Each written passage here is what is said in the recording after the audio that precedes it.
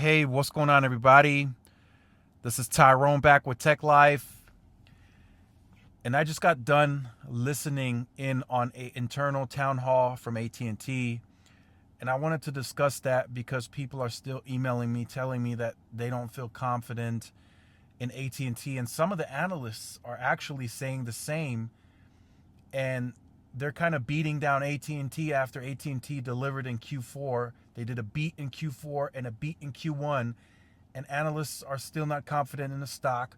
The stock is it's up, but it's not really where AT&T thinks that it should be based on the performing quarters that they've had in the last two quarters.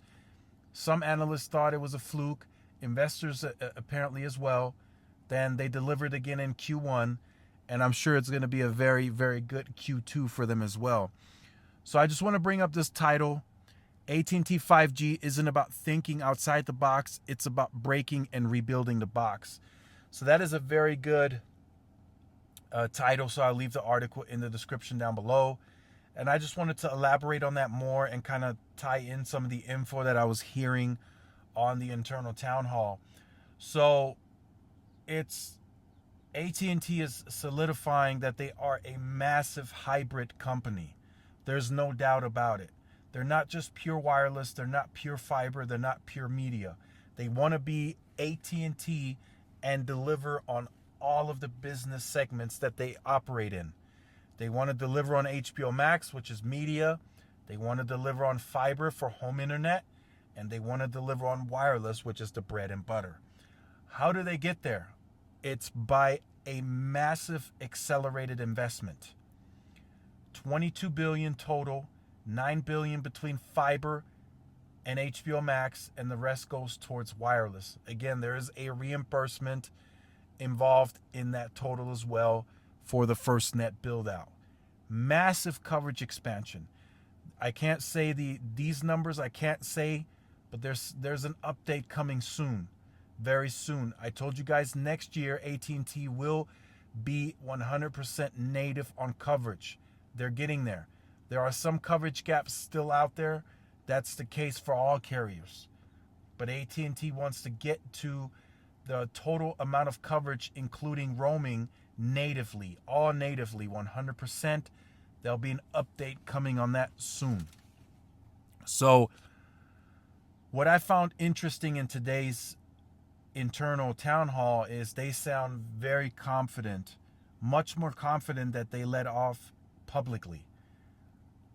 They pretty much said on the call that we're ready. Cable companies, Comcast, we're coming for you. We're coming for your coaxial customers. We're bringing our fiber to these neighborhoods that you compete in. That's pretty much what they alluded to on the call, and I find that something that they need to figure out how to translate that publicly, and that will get more people excited about joining AT&T and get analysts a little excited, and they'll believe more in the plans. So AT&T's plans are massive. They referenced a network that the world has never seen before. So how is that different from what Verizon and T-Mobile are doing? Because they, per a marketing term or perception term, they could say the same. But AT&T is actually building, as you see, breaking and rebuilding towards that goal. Now, I'm not saying that the others aren't doing that, but AT&T is taking a massively different approach. Everybody has their own plans. T-Mobile has N41. Verizon wants to do fixed wireless, millimeter wave, C-band. How is AT&T different? Well, it's the hybrid model. The hybrid model makes them way more flexible. I said that many, many times in previous videos. HBO Max is global. It's a success. That's massive money. Fiber, they say, is something that no other provider can compete with. They said they don't care if it's fixed wireless, if it's coaxial. The fiber technology, it gives them insane leverage and flexibility. They can go into households with 10 gig throughput, and they say, what do you want? What do you need? This is the pricing. You want 1 gig, we got it at $39.99. You want 500 megabits, we got that too. You want 2 gig, 5 gig, we got that too. Multi-gig speeds. No fixed wireless product can compete with that kind of throughput. Not happening. Could it be a fiber-like experience? Yes, that could be the case. If the latency can get low enough, I've seen T-Mobile latency on home internet, 10, 11 milliseconds.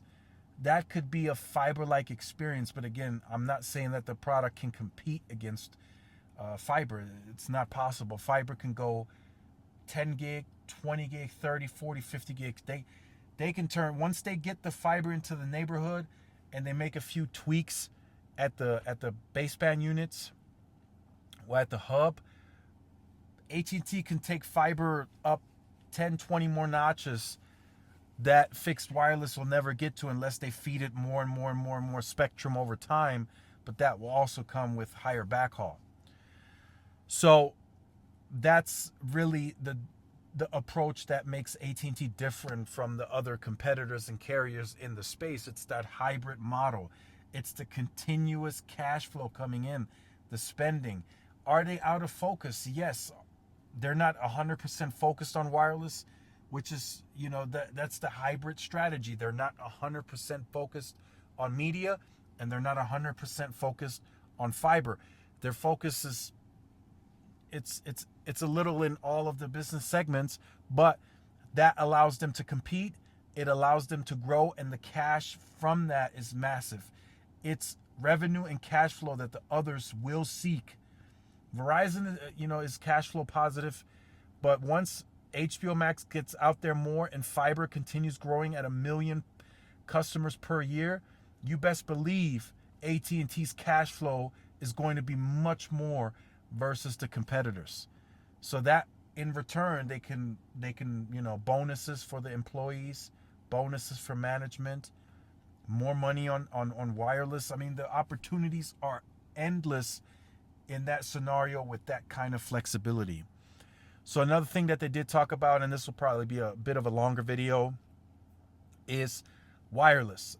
Some good questions were asked in terms of the competition buying more C-band, Verizon and T-Mobile actually having more spectrum. They didn't, they bought Sprint, but they now have more spectrum than AT&T will both do. And T-Mobile wasn't even mentioned by them at all. Not mentioned. T-Mobile is an afterthought for AT&T at this point. Verizon was mentioned because they bought 160 megahertz of C-band, double of what AT&T bought. They did pay for it, almost double. They paid for that, but they have 160, AT&T has 80. So a lot of people are like, oh man, Verizon is going to be the king because they have this amount of more spectrum. And then there was a good reference made. It was like, well, we got 80 plus the assets that we've already purchased in the past. And if we can get all those assets moved over and refarmed to 5G by 2025, we will definitely, it's going to be a different outlook. So what they've calculated that by 2025, if all of their assets are moved to 5G and all of Verizon's assets, including C-band, are moved over to 5G, AT&T's estimating by calculations Verizon will have a 20% advantage in capacity. One thing that they didn't mention after that fact, and that's something that I'm going to bring in, that 20% virtually is gone because of fixed wireless. Fixed wireless customers they'll eat up that 20% capacity, essentially making them even in terms of capacity, and not having that, and Verizon not having that essential 20% capacity advantage once it's all said and done. Now, millimeter wave, they did talk about that. They're also not as bullish on millimeter wave as Verizon. It's just they talk about millimeter wave in a way that T-Mobile talks about millimeter wave. It's about miles, not meters. That's kind of the impression that I got on that one. Verizon is the only company that's as confident, as aggressive on millimeter wave. out of anybody in the world, probably. AT&T said they will utilize it, they will put it in, but it's not something that they're going to go deep into neighborhoods with. There's no need for it. They have fiber in the home. They're paying to run that last 2, 3, 4 miles of fiber to get to the house. And that's something that Verizon is not doing, but they're broadcasting millimeter wave from the node into the house. But it's going to take them a massive amounts of deep investment to get enough nodes out there nationwide to make that a liable option for people in neighborhoods. AT&T says they're not as bullish on that, and they don't want to commit to that. They'll use it. There's use cases for that, but fiber is their end goal because it has crazy throughput and it makes them even more flexible. So those are some of the things that they mentioned. They also said that right now total consumer fiber households that they're touching is 14.5 million households have access to fiber now. That's going to increase this year by 3 million, and then I'm sure next year it's going to be another high number. So they wished, some of the questions that were asked, if they could go back 5-6 years, what would they have done different? They said they wish that fiber would have been at the pace back then that it is now, which I totally agree with. They also stated that wireless is nothing without fiber backhaul, and they want it to be their own fiber because that makes them flexible as well. If you need to put it at 20, 30, 10, whatever gigs, you just do it yourself and you turn it up. You no longer have to rely on a third party and contract negotiations and this is how much I'm going to pay you and no, I want more money. It's none of that. It's capex intensive up front, but in the long term you save money. You no longer have to pay this company for 5 years. It's your own fiber. And that will allow them to push speeds much higher eventually as they move more of their own fiber to their cell sites in the C-RAN. So that's what I wanted to speak about. Do not count out AT&T. They're a massive hybrid company.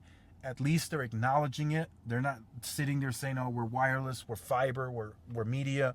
They're hybrid. Their focus is, you could say it's all over the place. That's fine by me. I tend to agree. There's so many people within these companies that have to report to one another. This person is running the network, has to report to this person. Then that person has to report to that person. That person reports to Miguel Fresh. There's just a lot of reporting to do, and it has to be that way because AT&T is such a huge, large company, and they want to go for domination. They could spend more if they wanted to. They did say that, but the material and timing just doesn't allow them to move as fast as they want. If they could touch 6 million households, they would do so. But the material and timing it just takes time, but that will be less of an issue going into 22, 23, 24 because time will catch up and they'll be able to deploy deep fiber assets to the C-RAN and to the house. Now I'm not saying that AT&T is not doing any C-RAN in neighborhoods because I've already seen C-RAN in neighborhoods and I'm sure you have too. But they're not setting aside money for a specific millimeter wave build out in neighborhoods just to offer home internet. That's something that they're not going to do because 9 times out of 10 they would be competing against their own fiber product, and that makes no sense. Maybe in some rural cases or some suburban cases where it's just not cost effective to run fiber that amount of miles, they may do millimeter wave. But then again, if it doesn't have the reachability, they have to add fiber to the node just about the same amount of miles that it takes to get to the house because the node has to be close to the house to make it work. So again, maybe this was information overload. Again, I was just listening in. It was about an hour and a half, 2-hour conference internally. And again, big news from AT&T. They are acknowledging they're a hybrid company. They're saying there's nothing wrong with it. They think they're funding each of their businesses enough money to accelerate and to grow. And that's exactly what we are seeing in even backtracking to Q3, they grew. Q4, they grew more. And in Q1, they grew again. Q2 will likely have similar results. So if you have been on the channel or you're new to the channel and you have not yet liked, shared, subscribed, make sure you do so. Hit the notification bell so you are notified when I do upload content. Make sure to follow the social media outlets for more updates and interactions. Thanks again for watching. This is Tyrone with Tech Life. I'll see you guys in the next one. Peace.